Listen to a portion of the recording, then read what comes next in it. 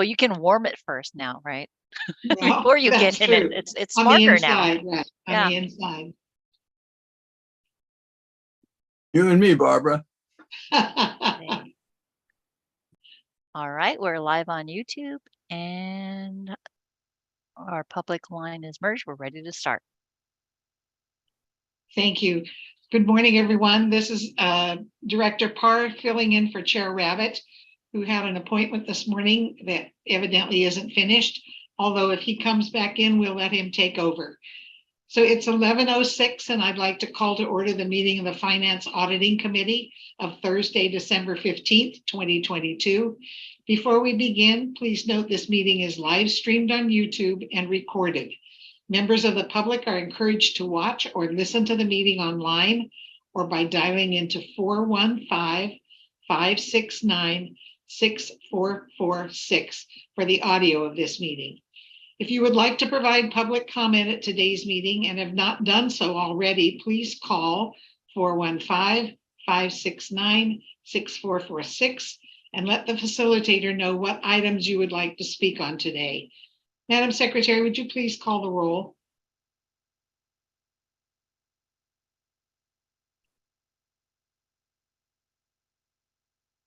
Oops, I've lost my sound.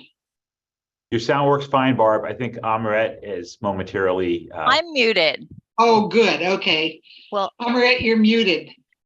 I was practicing to see if anyone was paying attention. Thank you. Okay, we'll start all over now. Director Cochran. Here. Director Giudice. Here. Director Grosball. Here. Director Hernandez. Here. Thank you. Director Maston. Here. Vice Chair Parr. Present. And Chair Rabbit has not returned, so he's absent. President Serio. Here. All right. Thank you. You have a quorum. Also on the line, we have Directors Garbarino, Hill. Director Snyder is also here. And Director Thier. So you are committee of whole. I'm going to confirm staff really quickly. Dennis Mulligan. Here. Joe Wire. Yes. Ava Bauer-Purbish. Present. Kim Manolius. Morning. Dave Rivera. Good morning, President. Mona Babauta. Present. Jim Swindler. Present. And Kelly Hopper. Present. All right. Everyone's here. Thank you. I'd like to remind everyone to make sure that their microphones are off until after the staff's presentation, and remember to unmute them when we open it up for directors' discussion. If we have directors joining us by phone, please use your mute button or *6 to unmute yourself. After staff's presentation, I'll be asking for any questions or comments on the item. Click on the raise your hand function on your device if you have a question, or press *9 if joining by phone. If there are any questions, the secretary or I will call upon you accordingly. If we missed your raised hand, please speak up. After our discussion, we'll ask for any public comment before moving on. Please follow along by referring to the page numbers located on the bottom right-hand corner of your meeting packet. Madam Secretary, would you please introduce the first item? Thank you. I'm going to introduce item 3, and that's ratification of previous actions by the Auditor Controller. And that package of commitments is before you and it begins on page 5. Wale is here with us, and he's going to go over PFM's investment report for November 2022, and that begins on page 9. Wale, I'm going to turn things over to you, and I'm going to also share my screen for the presentation. Perfect. Good morning, everyone. Good morning, Wally. Hope everyone is doing well. We'll get started with the presentation for the month ending November 30th, 2022. So if we move to page 10, we'll see that yields pretty much across the board actually came down in the month of November, oddly enough, with the exception of the 3-month and the 6-month portions of the yield curve. But for the most part, yields did come down. They're off their highs from the year. But I will say that we did get a 50 basis point rate hike yesterday from the FOMC meeting to end the year. So we'll see where yields stand by the end of the year, but we're still hovering around above 4% on the 3-month all the way down to the 5-year end of the curve. We move on to page 11 and we look at retail sales. So retail sales again continues to be one of the bright spots in the economy, where consumers are still spending. And then this page gives you an idea of some of the items that are being spent. We see gasoline stations and food services being the two biggest portions of retail sales. I'd also say that these two areas are where we're seeing the highest inflation, and then there are also those two areas where I feel that they're necessities rather than discretionary items. Now, the thing that we want to take a look at, if we look on page 12, we'll see that even though retail sales seem strong, a lot of the reason why it's strong is because prices have gone up. So, take that data with a grain of salt, because again, as things have got more expensive due to inflation, consumers have had no choice but to spend, extra money on those necessary items. We move on to page 13, and again, when we look at some of our leading indicators, when we look at manufacturing PMI and services PMI, that 50 line, which is the red line on both graphs, shows expansionary territory if you're above the line, and then contractionary territory if you're under that. So at the end of the month, we were under both of those lines in the month of November. So moving forward, it is something to keep in mind that growth is anticipated to continue to slow down into 2023. Now, when we look at the Fed funds rate on page 14, one of the more hawkish Fed members, Bullard, has said that the Fed has not gotten to restrictive policy just yet when it comes to the Fed funds rate. On page 14 of the slide, we see that Bullard is saying that we should be somewhere between 5 and 7% to battle inflation and get it under control. Yesterday in Powell's meeting, he mentioned that the median rate for 2023 was about 5.1%. So what that tells us, we're at 4.25 to 4.5% on the Fed funds rate now, which says that the median rate is still another possibly 50 basis points from where we are today. But I think the message that we got yesterday was that we need to stay at those rates longer so that we can start to see the full effect of what a restrictive monetary policy looks like. So there are no anticipations of potential rate cuts in 2023, just based on what Powell says yesterday. But again, with 2 consecutive months of decreasing CPI, Powell has said, and the committee has mentioned, that they will be data dependent as they move forward month over month. We move to page 15 and we take a look at the yield curve. The yield curve again remains inverted. The inversion is getting a little bit deeper. Again, there's no prediction of a recession, but typically, that is something that is, has potential. When you see an inverted yield curve, there is always a risk of a potential recession down the road. We don't know how deep or how catastrophic that might be, but it's something that not only all of us are monitoring moving forward. Now, with rates coming down in the month of November, we move to page 16. We still were able to add some quality bonds to the portfolio in the month. Florida State Board of Administration municipal bond at 5.5%, U.S. Treasury note at 4.3%, and then Mercedes-Benz at 5.21%, and 4.25% for another purchase of U.S. Treasury notes. So the good thing is we're able to lock in these rates going as far out as 2027. At some point when rates do start to come down and the Fed has to start making cuts, these bonds will continue to generate good income for the portfolio. So again, we're managing this portfolio looking forward to a full rate cycle, not only managing it through these hikes, but also to looking for the time when rates will actually start to come down. Move over to page 18. And one of the things that I will point out too is when we look at the graph, the yield on the portfolio now is at, when you combine Lathe and Camp, at 2.13%. That is a 11 basis point increase from where we were last month. So the earnings potential of the portfolio continues to grow steadily as our portfolio managers are able to add very high quality, higher yielding securities to the portfolio to generate more interest income on a month over month basis. That's it for me. Are there any questions? Thank you. Are there any questions for Wally? Any comments? Thank you again, Wally, and to PFM for keep taking such good care of us, and for Joe for making sure that they take such good care of us. We appreciate that. So hearing no questions or concerns, that concludes the discussion.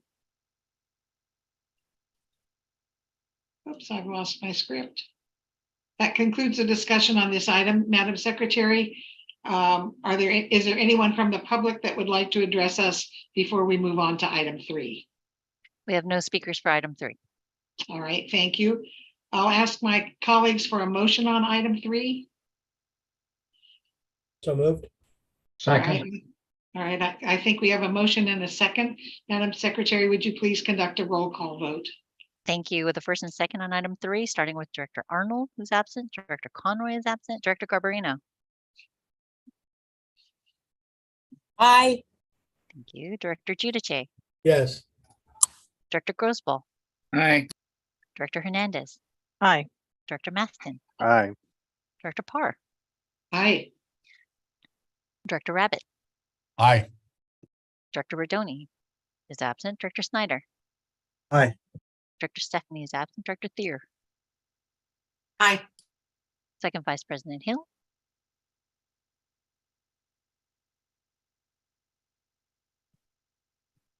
Sorry, Oh. you caught me. There we go.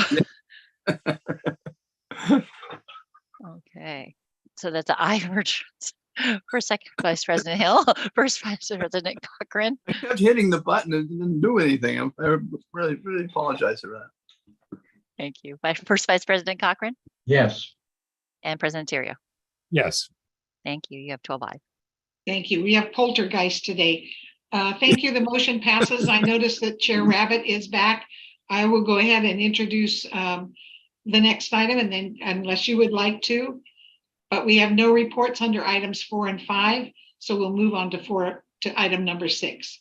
So take it away, Director Rabbit. I appreciate that. Thank you very much. And thank you for filling in there. I had a medical appointment that I couldn't miss, and just appreciate the flexibility. Item number 6 on the agenda is to approve actions relative to the renewal of vision, dental, life insurance, and employee assistance plans. Staff report begins on page 25. Kelly Hopper is presenting on this report. So Kelly, please tell us what we're doing going forward with these plans. Thank you, Chair Rabbit. And Excuse me, Kelly. Mr. Chair. May I be recognized for just one moment, please? I'm sorry I have to interrupt. This is Dick. I do have a conflict on this, so I'm going to get off the call and we'll come back later. Thank you. Okay. And Director Hernandez. Thank you, Mr. Chair. I'm also asking to be, I'm also notifying, or for the record, will be recusing myself from this item based on a potential conflict. Okay, thank you. And Director Snyder. You're muted, Chris. I'll be recusing myself too due to conflict. Okay, apologies for not catching that sooner, but thank you all. Do I need to leave, Kim, or do I just? I can put you on hold. So the Okay. other two have jumped That'd be off too perfect. fast. I'm gonna put Okay. you on hold and bring you back. Okay, with that, anyone else recusing? If not, we'll go back to Kelly. Thank you, Kelly. Thank you. We're looking for the committee today to approve our annual premium rates for our vision, dental, life insurance, and our employee assistance program plans that we have for the plan year January 1 through December 31, 2023, in an amount of $2.99 million for the year. Just as a reminder, in 2021, the district through the board made the big decision to transfer our medical coverage to CalPERS. So that includes our medical plans as well as our prescription. However, the district continues to contract for our vision, dental, life insurance, and our EAP programs independently, since those are not available at the same rate or available at all in some cases to our through CalPERS. So just a brief reference is our vision plan this year will be about $288,000 for the plan year. And you can see that what the administrative fees are, which were negotiated and remain in alignment with what we've had in the past, as well as are guaranteed actually through 2024, which is really good. Delta Dental, $2.596 million. We pay an $8.44 per month per employee fee as well for administrative fees for that. And we've negotiated that as well. Life insurance, as you can see, we are going to a new life insurance provider, Unum. And this is in alignment with previous years, as well as our broker has done due diligence on behalf of the district and believe that they would be a great provider for us in the coming year. And then I just want to again mention, I mention this every year, but I think it's really important. Through our employee assistance program, for many years, we offered four visits per year per an employee. And a couple years ago, we actually increased that in a nod to understanding that mental health is a critically vital component of whole health for our members, is that now we offer 8 counseling sessions for our employees as well, for a variety of things. It could be legal, financial, emotional, different kinds of referrals. So we now, each of our employees have the option of getting up to 8 counseling per year. And we're getting some really good feedback, particularly in the last year or two, through this COVID pandemic, of people taking advantage of that and being quite appreciative to the district and the board for that option. So that being said, that's what we have as for the renewals. So vision, dental, life insurance, and EAP. Thank you, Chair and Committee. Great. Thank you, Kelly. Thank you for that presentations. And I'll look to my colleagues. I know I have a question as well. If I may, Kelly, and I'm looking through the material in the packet and trying to understand kind of that year-over-year healthcare inflation number. And it's harder to depict in ours because of the changes in the plans, which very much appreciate with our employees. But at the same time, just trying to understand what the trend is going forward with these types of plans of the year-over-year increased costs that's occurring, and any idea of what that percentage may be?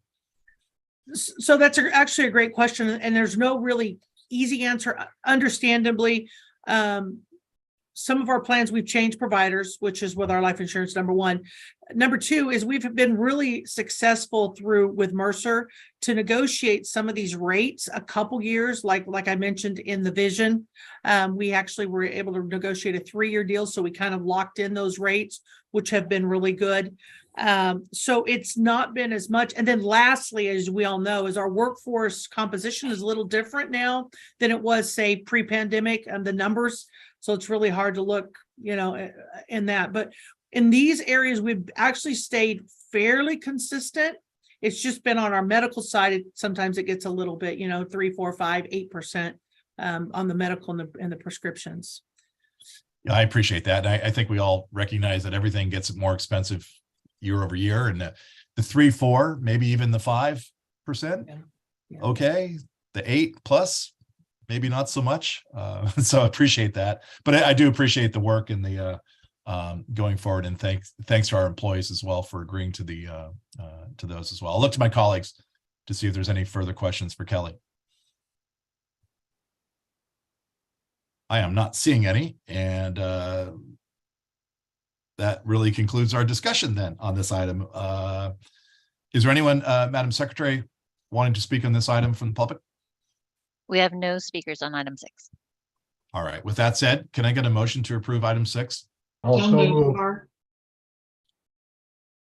Madam Secretary, did you get a motion there and a second? I sure did. You're just magical. With that, can we have a roll call, please?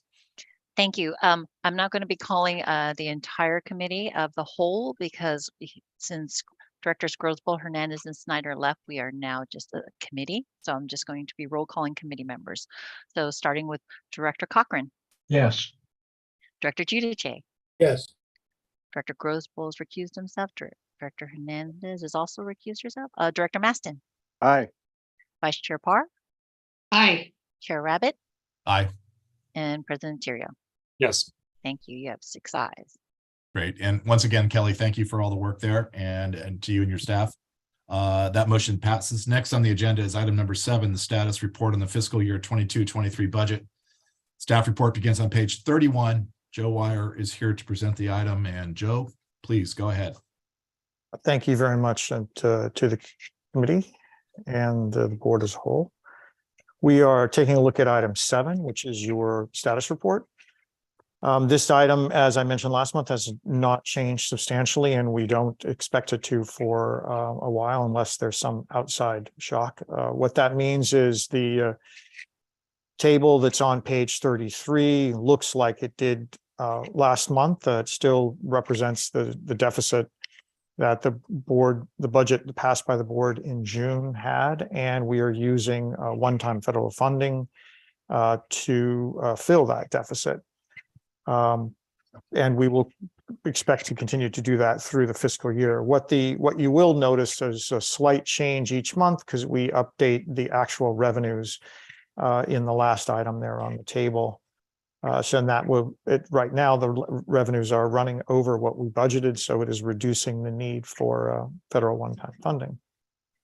Attached also are updated tables on month by month revenues for bridge, bus, and ferry, operational revenues, and then also the attached graph, which shows the use of revenues and expenses and for what we are purchasing with it. If there are any questions, I'm happy to answer them.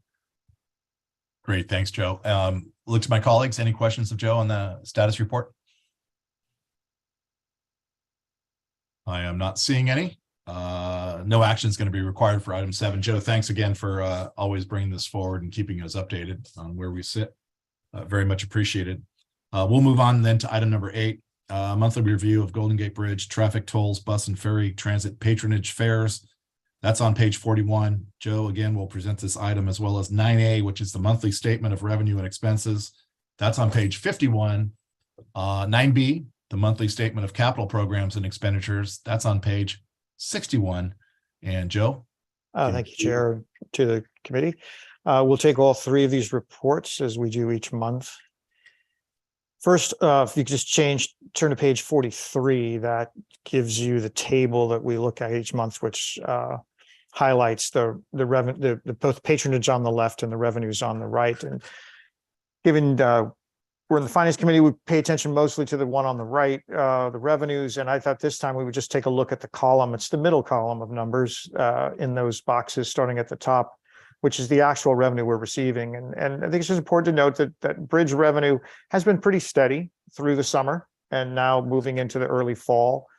We would expect it to drop a little bit for normal patterns. Those may be offset by returning commuters, but we, as mentioned earlier in this meeting, or the earlier meetings, we have not seen that yet. They're staying relatively steady, so you can see a slight fall in revenues going into October in that column, from higher 12 millions to lower 12 millions. Then taking a look at the bus revenue, which is the next set of boxes down the page. So looking at the right-hand side, again, the middle column of numbers, it's there. You can see their revenues are declining slightly, and that is also something we generally expect to see as we move into the winter months, from the high 600s into the lower $600,000. And on the bottom of the page, we have the repeat of the same chart, same table, but for ferry fares.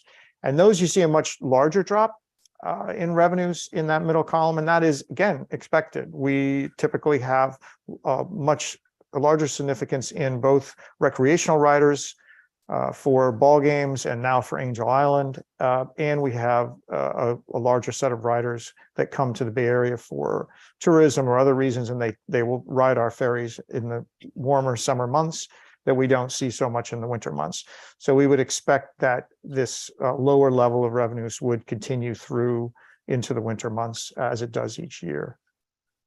And then just to turn to page 45, we have the comparison tables where we're comparing the data from this year to the data of the last 3 years. I know it's something that you have seen each month. They have not changed dramatically. And I think that's really the takeaway, is that they haven't changed that much. You're seeing a slight fall. The first set of 2 graphs on that page are bridge, traffic, and then revenue. You see traffic is the gold line, relatively flat, which is what we expect. It's very similar to the previous year, which was the green line, slightly above. And the revenues themselves are higher because we have a higher toll rate than we had last year. So that is also expected. You can see they're higher than last year, a little bit below the pre-COVID year.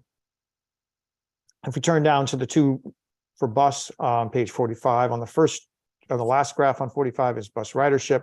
First graph on page 46 is bus revenue. Both of those are significantly down from way back pre-COVID days, but they are above last year. Again, that's expected because we have slightly higher traffic and a slightly higher fare rate. Well, actually not a higher fare rate, which is slightly higher traffic. And then on ferry, we see the same relationship. But you can see here in ferry, you see the revenues, which are the last graph on this page, starting to dip in the winter months, and they're falling off. And that, as I said, we continue. But as you notice, that also happened in the pre-COVID time. As you can see, there's a relatively large fall off in revenues and ridership in pre-COVID. All right, we'll turn on to page 51 for the finances. So if you can just page down. That has the district's financials for the month. This is data going through the end of October, so the first 4 months of the fiscal year. If you just slide down a little farther down the page to the table in the middle of the page, and that's what we'll address. It has the consolidated district revenues and expenses, and then revenues over expenses, which is sort of the key element for this particular time that we've been following through COVID. As you notice, the first line is revenues. Far to the right is the current year, averaging, we're about $63.5 million. If you go a little to the left, you see last year, about this time, we were at $61.5 million. So we're several $1 million more. And that's the budget. Prior is 79 million. And that's the third 2 columns to the left. The reason that one's so much higher is that one includes federal one-time money, $19 million in federal one-time money. It would be about 60 million if it didn't include that. And that would be more of an apples to apples comparison with where we are, because we have not allocated any federal money into this fiscal year just yet. So we're at 63 million. Revenues, we're at 73 million back a year ago, which is the third column over from the right is the 71.7. So we're slightly more expenses than we had. And that is primarily due to the increased costs in fuel. And then there's some higher salaries, but slightly lower benefit costs so far this year, which even each other out. So the increase you're seeing is primarily just increased fuel prices, and which we have seen, and fuel usage. So sticking to that right-hand column, revenues at 63, expenses at 73, you get a revenues under expenses by almost $10 million or $9.7 million. That's through the first 4 months. That's our shortfall. That will be made up for by us reimbursing ourselves by applying for the federal one-time revenue that we have access to. We've been allocated. So we will bring that into the budget shortly. And it is comparable. If you compare it to last year, that 14 million increase is really 20, which you see on that bold line at the bottom is, if you take away the 19 million, is really 5 million under.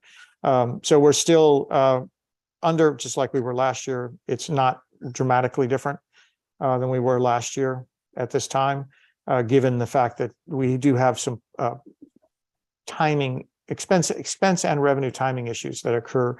So comparing month to month exactly is not quite an accurate way to look at things. But I think overall, we're running about $2.5 million a month more expenses than revenues. And that's something just to keep in mind. Attached to this report, you have the detailed line items for both the consolidated budget, but also for each of our 4 divisions, the 3 operating divisions and the district division. Lastly, page 61 is the capital report. I'll just mention there that through the first 4 months, its expenditures are running at about 28%. That is relatively normal at this point. We would expect it to be about there. So there's nothing really to report. And so with that, I would be open to questions on any of the 3 board items we just went over. Great. Thank you, Joe, again for all that information. And I'll look to my colleagues. Don't see any hands raised. I think we all agree. We'd like to get rid of the parentheses in the financial statements. But appreciate the information, of course, going forward. And I'll look to Madam Secretary, if there's anyone from the public who'd like to speak on this item. Actually, I'm going to go backwards a little bit. We do have a speaker for item 7. Mr. Okay. Popa wanted to speak on item 7, so I'd like to introduce him. And it is only item 7 he's speaking under, but I'm going to call him in now. David, you there? I am. Can you hear me okay? We can hear you fine. Sorry about that, but we're looping back to your item 7 comments. If you can do that now. Thank you. Not a problem. And actually, it's a bit of a consolidated public comment because I had a minor comment on item 6, and I just thought I'd do it all at once. So on item 6, I appreciated that report, had no concerns about the expense, but wanted to underscore Kelly Hopper's comments about the EAP consultation counseling sessions. I think that's a specific benefit that the district provides that other agencies don't provide. And although I'm sure involves difficult topics to discuss, it's certainly an important benefit that employees of the district receive. Anyway, back on the monthly budget status report. Although this is only through end of October, based on this information, my calculated fiscal cliff date is now February 24th, 2024. A bit of a moving target, but still only 14 months away. So I'm sorry that I keep repeating myself, but I really think a new strategic financial plan is needed, and the sooner the better, because the actions required to implement that may include service changes, budget changes, fare and toll changes, et cetera. So I'm just concerned that time continues to pass. That's all. That's it for me for today. Thanks again for listening on various topics, and more tomorrow. Thanks. Great. Thank you, David. We have no other speakers. Thank you, Amaret. I think we all could share your concerns when you're upside down $2.5 million a month. It's front and center, I believe, in everyone's mind going forward. So thank you for those comments going forward. There are no actions recorded on these 3 items that Joe presented to us. And again, I'll just confirm with Madam Secretary, there's no other public comment on the items 8, 9A, or 9B. That's correct. No other comments. Okay, great. We're going to move on then to item 10 on the agenda, which is closed session.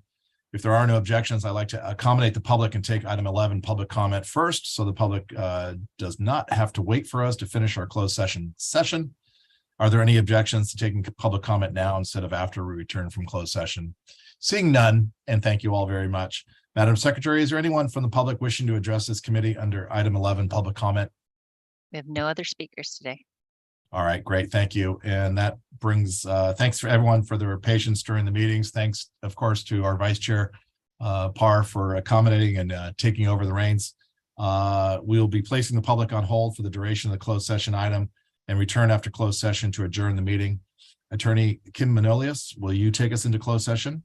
Kim, go ahead. Of course, Chair Abbott, thanks so much. At this time, the committee will go into closed session for a conference with legal counsel regarding some existing litigation. That's the case of John Walker versus Golden Gate Bridge Highway and Transportation District. Thank you. We're going to place the public teleconferencing line into a waiting room and suspend the live stream. And once we're in closed session, I'll let you know, so please stand by.